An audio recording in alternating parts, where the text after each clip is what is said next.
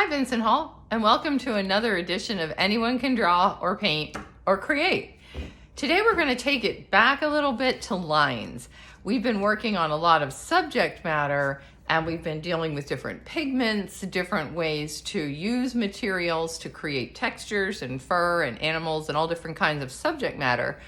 But today I wanted to talk a little bit about line, because without line, there probably wouldn't be a drawing, at least nothing recognizable. We can go all the way back to primitive art and hieroglyphics and notice that symbols and the essence of how people were trying to communicate visually all involved being able to use a line. We're going to talk about continuous line drawing today because it's one of my favorite ways to warm up before I start doing a painting or other kind of more complicated exercise or artwork. And it's also a good way for you to introduce yourself into how to draw something and not feel too afraid about it making it look perfect, because again, there's no perfect, it's just however you feel you like something best. Anyway, so there is a lot of different ways to draw a line drawing using continuous line. There's contour line, which is where we're just drawing the outline. There's modified contour, where we're going into detail a little bit, but not too much. There's continuous line contour, where we're going in and out till the whole thing starts to look like you drew maybe with string laid over an object. And then there's blind contour, where you're not even looking at the paper. And that really is more of an exercise just for warm up, although some people find those drawings to be very beautiful.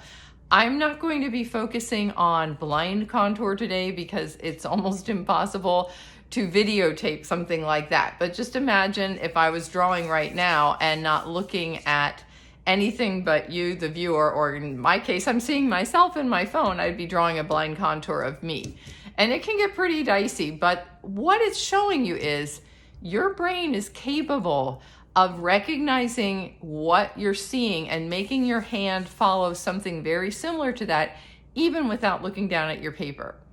A good adage that we've used as artists all the time is spend 80% of the time looking at your subject and 20% of the time looking at the surface that you're drawing it or painting it on.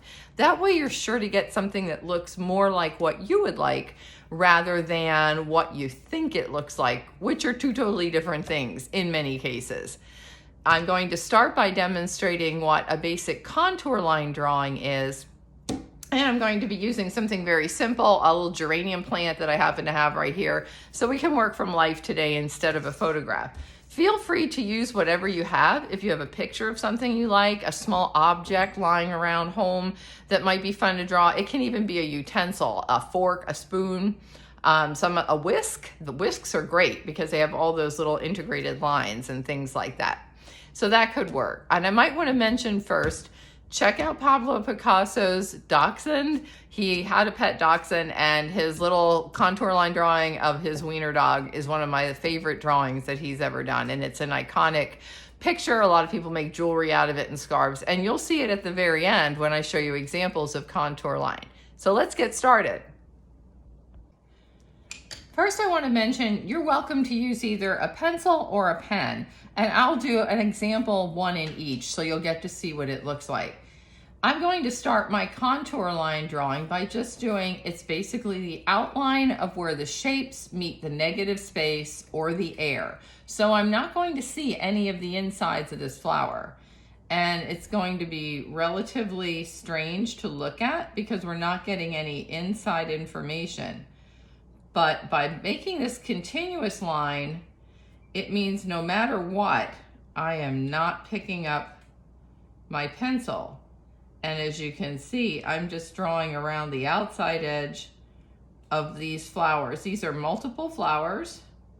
And even though they don't connect, there's a stem behind one. I can move my pencil back and forth, but I don't want to put any inside information into this picture. And oh no, if I get somewhere where I already went, I can either retrace my line or make another one as I come down and around. And that's pretty much it. And that might look like a blob, but it's really these two flowers here. So I'll hold that up so you can see. That's an example of a contour outline drawing. There's no information here. You wouldn't know these were petals.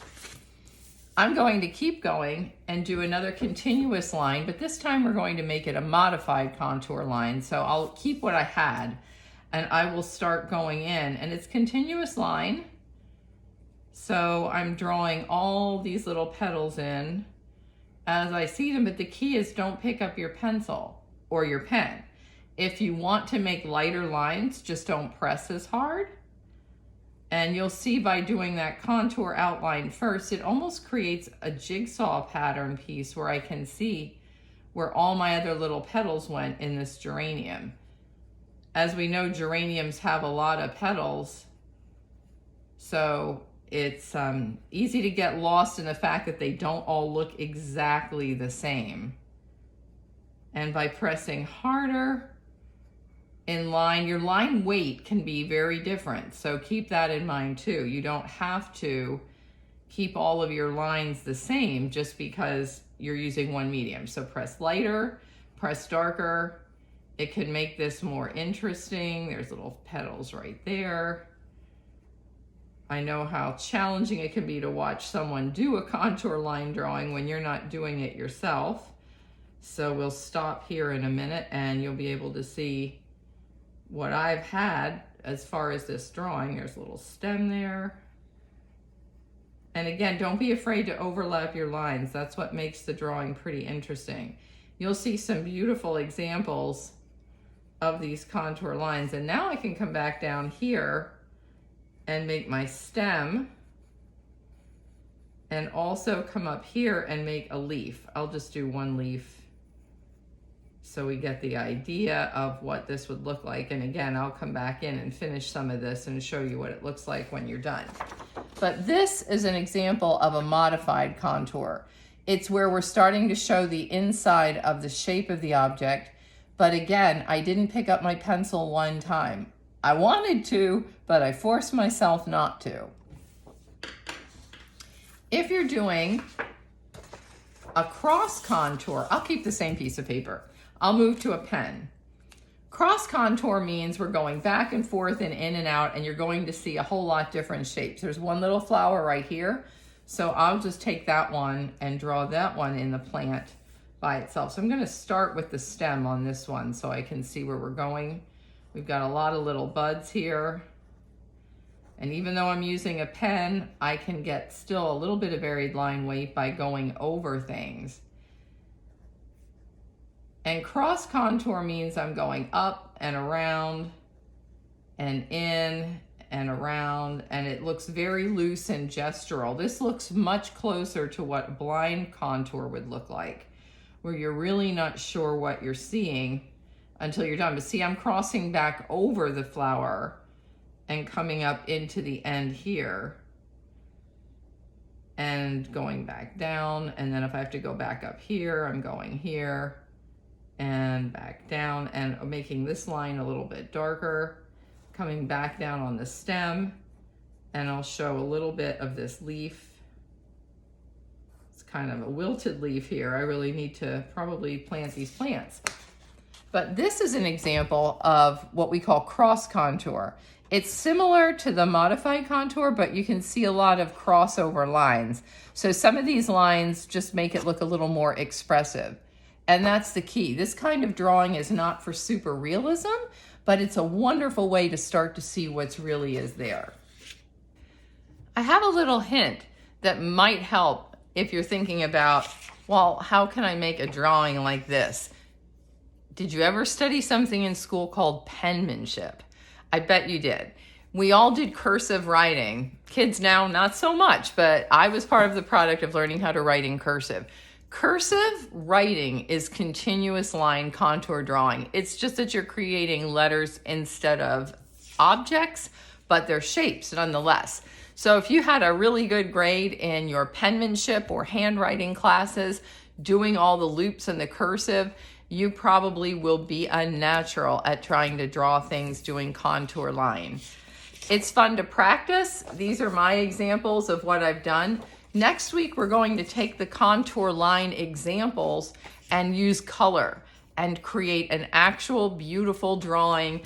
These are wonderful for greeting card ideas if you want to send someone a thoughtful note, especially in this time of relative confinement. We can find ways to communicate with each other more old school, as they would say, and everybody loves to get a card or a note. It can brighten anyone's day. And a hand-drawn one, even better. So I'd like you to try using using pen, and see what you can come up with a modified contour, an outline contour, or a cross contour drawing. I'm sure you'll come up with some good ideas. What's going to follow are some samples to get you inspired, but the key is try to create. Don't worry about how it looks. If you don't like it, start over, find another object. Practice writing your name, if that's a good warm-up, because they're all part of line drawing.